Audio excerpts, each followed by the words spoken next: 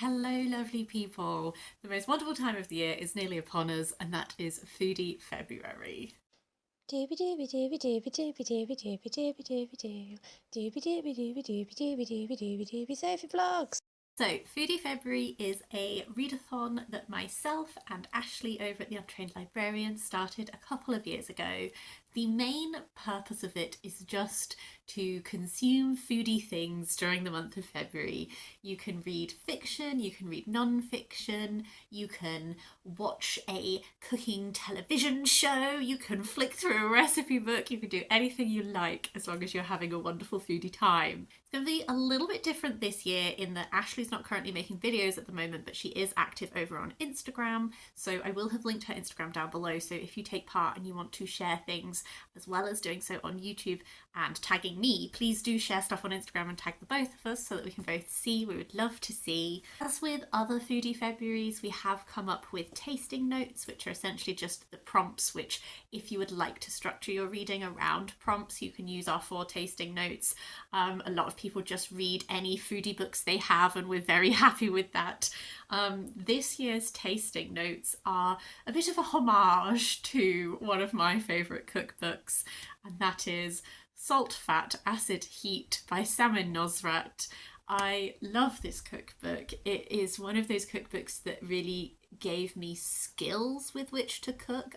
Those 4 pillars sort of inform the whole book, and I really learned a lot about the best ways of utilizing all 4 through consuming this book. So just thought for this year that our little prompts we could do a nod to. Confession. My actual TBR for Foodie February, which I will talk about in just a minute, is not really based around the prompts. This year has been a bit busy already. I'm just getting over my first office lurgy of the year.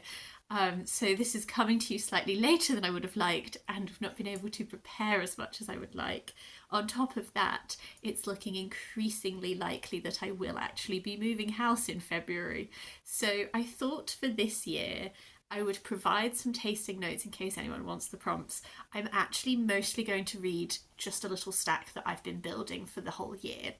But I have, for each of the tasting note prompts, I've come up with a couple of ideas of books that you could read for it, and like where my mind goes with those. So I thought I would run through my ideas now, and then I'll tell you about what I'm actually going to be reading. For the first tasting note, Salt, I have 3 ideas off the top of my head for this, and all of them are going into essentially like associated foods to do with salt. The first one is actually just Salt by Mark Kurlansky, I think it is. Didn't write the name down for him, which is a history of salt, which I think sounds so interesting. I have read Mark Kurlansky's book that was about the history of the Basque people, and that was really great.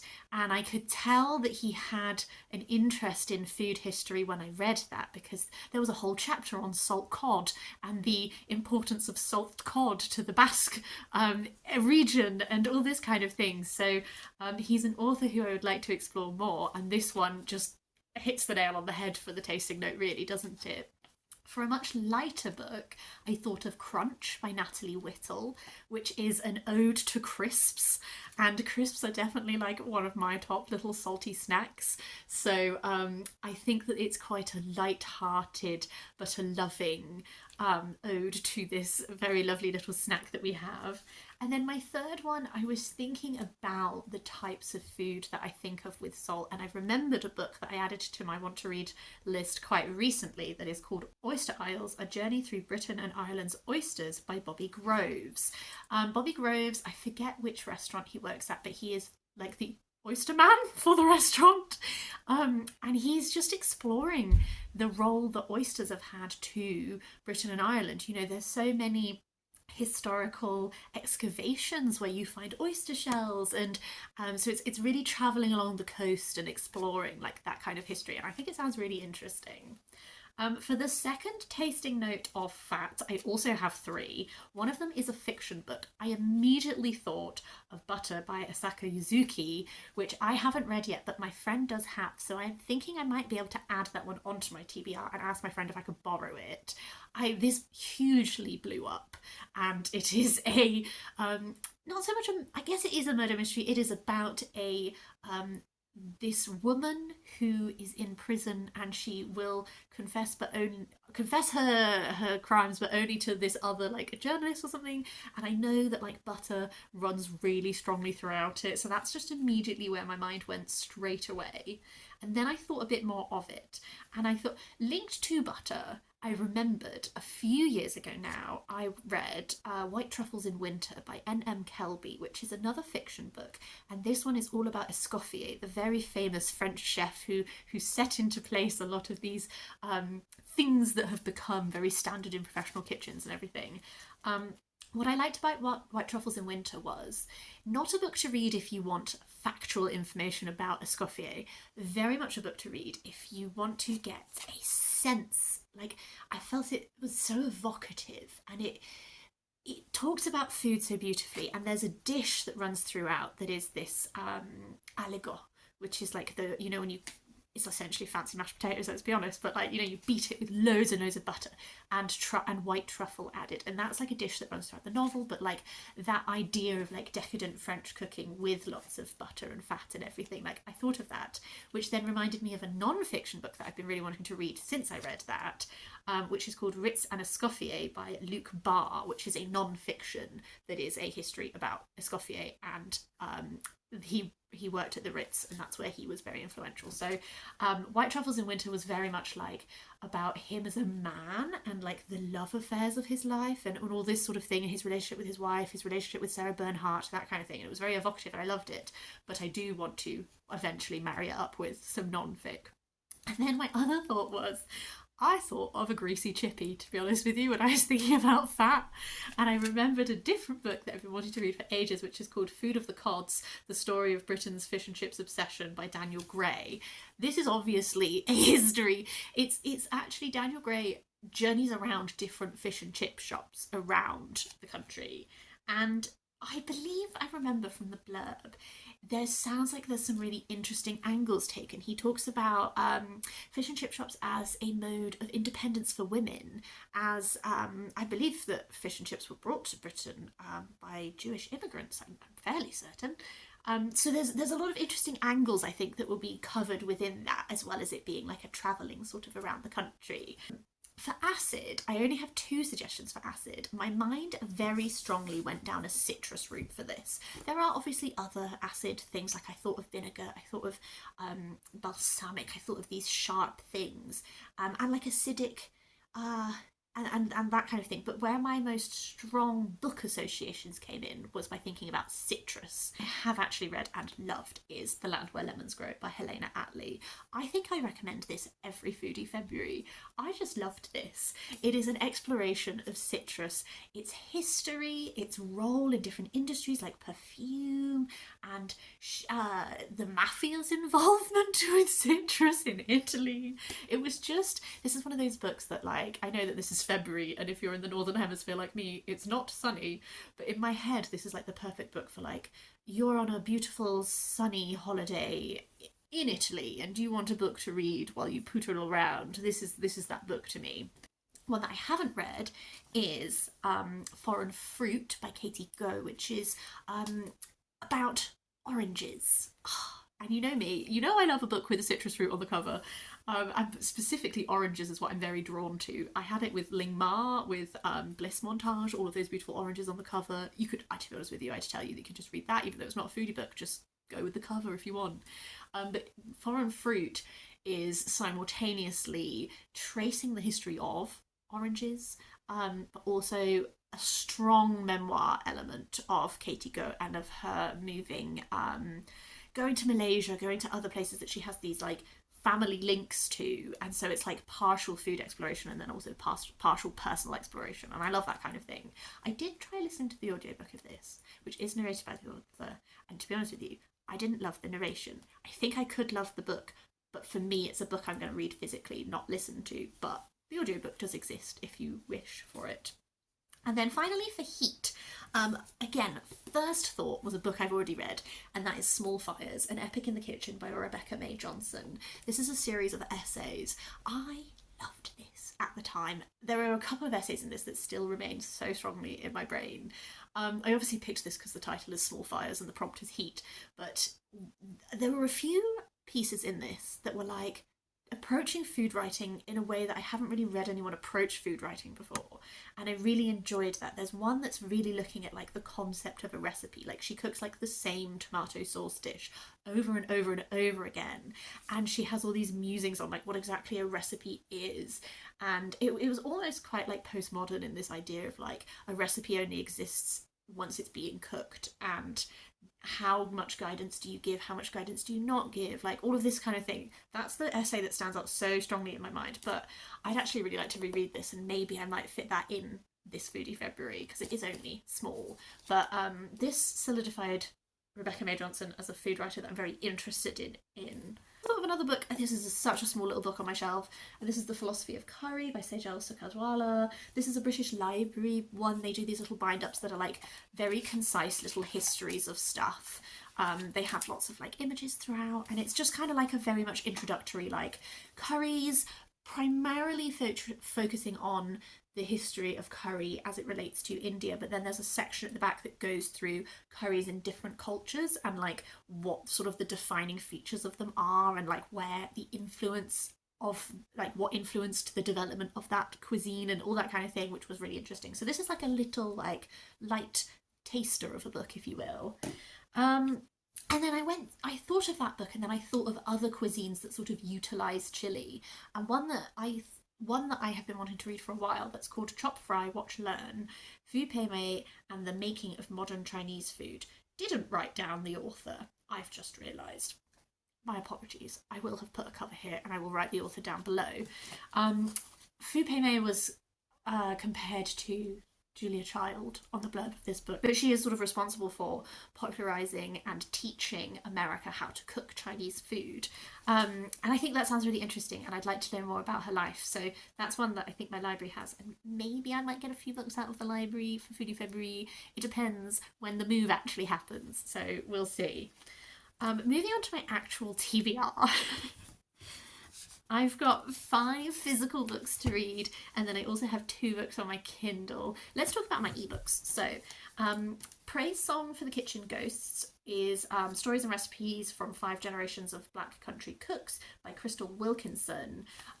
This is a non-fiction. I think all of my books are non-fiction actually for this year. Last year I went quite fiction heavy. This year very non-fic.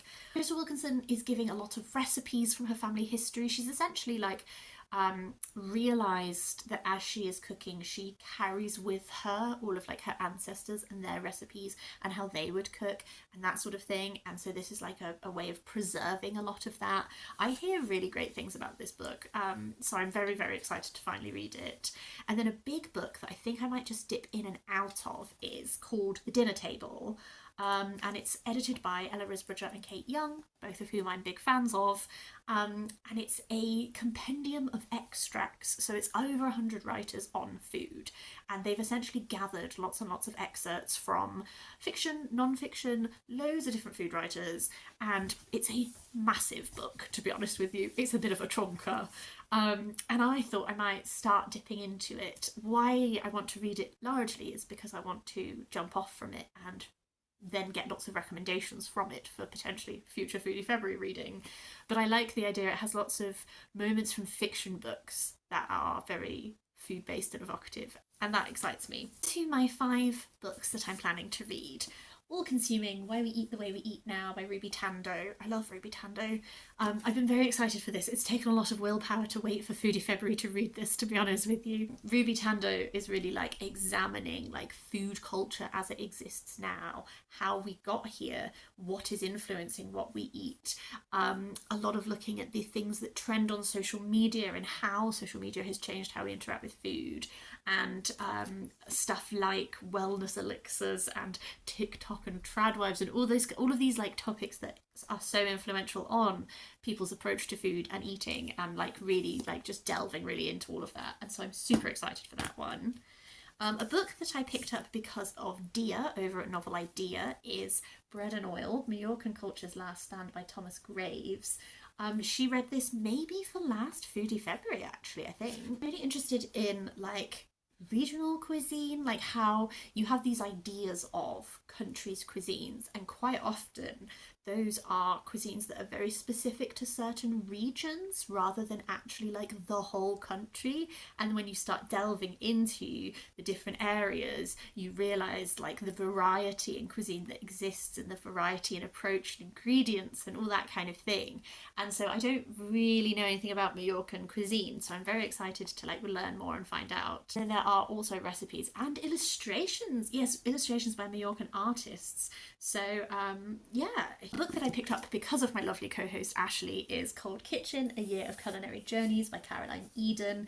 Caroline Eden is like a travel writer as well as a food writer, and she's travelled a lot. So I have read her cookbook. Well, it's kind of a cookbook, it's kind of a selection of essays. It's called Red Sands, and that was about her journeying specifically around Central Asia. So it had a lot of longer essays that were about her actual travel writing, like where she was, what she was doing, the politics of the regions that she was in, the type of cuisines, like what characterized different cuisines, and then like comparing it as she went on her journey from like country to country, and then lots of recipes. And I actually really enjoyed that. I found it really fascinating. I've not really read anything about Central Asia particularly, so that was very interesting to learn.